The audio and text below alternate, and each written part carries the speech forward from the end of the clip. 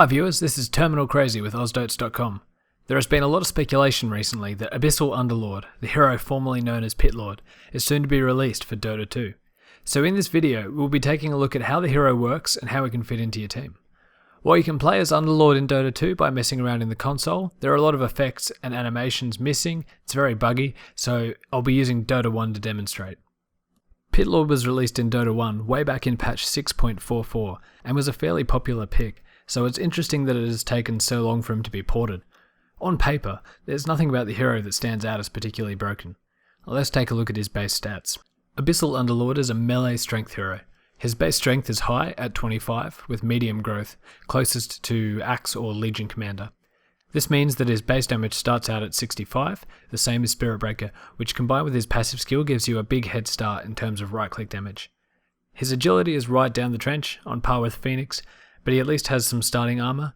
His intelligence gain of 2.6 is second highest for a strength hero after Bristleback, although he isn't especially mana intensive, so it's not a big deal.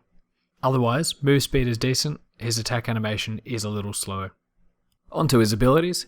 Q is called Firestorm. You put down a small area target, and 6 waves of meteors shoot down to strike that area. If you're in the radius, you will get hit. It's not like CM's ult, where you can potentially dodge it. This has a short cooldown and a reasonable mana cost, so you can cast it twice in a fight, or you can use it to farm stacks of neutral creeps. While it doesn't do enough damage to take out a whole wave of lane creeps, it is very good for pushing. Looking at the numbers, it seems like very high magic damage, 185 at level 1, 560 at max level, but it's rare that an enemy hero will get hit by every wave. You will take 1 extra tick of damage after you leave the AoE.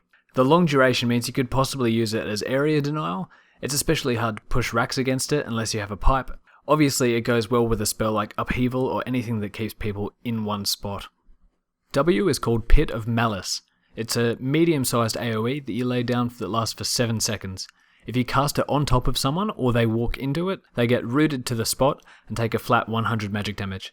The disable is an ensnare, like a Meepo net, so you can't blink away or go invisible, and channeling spells get interrupted, so you could use it to, say, cancel a Witch Doctor ult from a safe distance, or to counteract an enemy who's fleeing with a Glimmer Cape. The duration starts off very low at 1 second, but scales up linearly. If you walk into a leveled up pit, with half a second left on the duration, you will still be immobilized for the full amount of time. This is not a bad ability, but it's not stupendous either. It's pretty useful for covering your retreat. The third skill is the passive Atrophy Aura. It has both a buff for Underlord and a debuff for the enemy. Enemy units within 900 range suffer a large decrease in base damage, that is base plus damage from stats. Also, for every enemy or neutral unit that dies near Underlord, he gains a temporary increase to his own physical damage, plus damage this time, not just base. The damage gained is 30 for heroes and 5 for creeps, although things like illusions and tombstone zombies don't count to the bonus damage.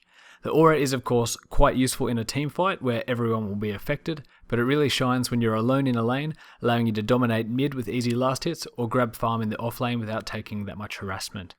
After the first creep wave at the start of the game dies, you're already up plus 20 damage on top of your already very high base damage, and once you get ahead it's easy to snowball. The damage reduction debuff scales up with levels, as does the duration of the bonus damage, although not by much.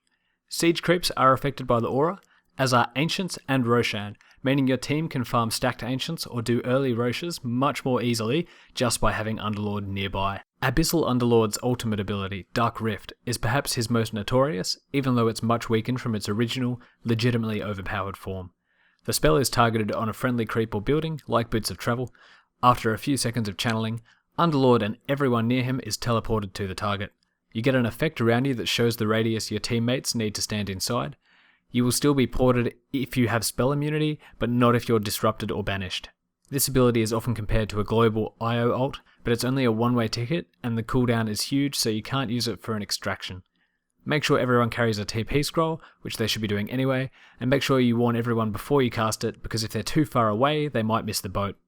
You can cancel the teleport at any time during channeling, but it will still go on to cooldown. Now, this ability pairs well with things like Beastmaster's Hawk or Lycan's Wolves, just like you would do with a Tinker gank, so you can deep strike in behind enemy lines. Another situation where it's useful is if the teams are trading towers, your team destroys the target first and you want to defend your own tower, the Rift can get everyone back there at the same time, rather than staggered TP timers, and regardless of who has a TP scroll off cooldown. Of course, it is very easy to make a poor decision with this skill and end up getting your team wiped. The amount of coordination and judgment required means there's a huge difference between teams and pro players using it versus solo queue pub players, and it is most likely that the delay in porting the hero is because of how this will fit into the meta. So how do you build this guy? It's almost always best to get a value point in the aura first, even if you're not the one farming in your lane for some reason. It makes you a scary presence. That being said, it does affect creep damage, so avoid maxing it early if you don't want the lane to push too hard yet. Firestorm can often be maxed before getting pit in the offlane. It's great value if you can land it on multiple enemy heroes, and it secures a bit more farm for you.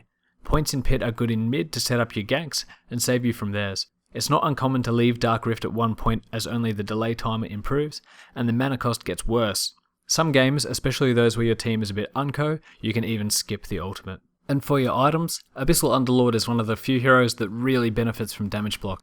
After their damage is already reduced by your aura, enemy right clicks are severely reduced by Vanguard, especially if you get it early.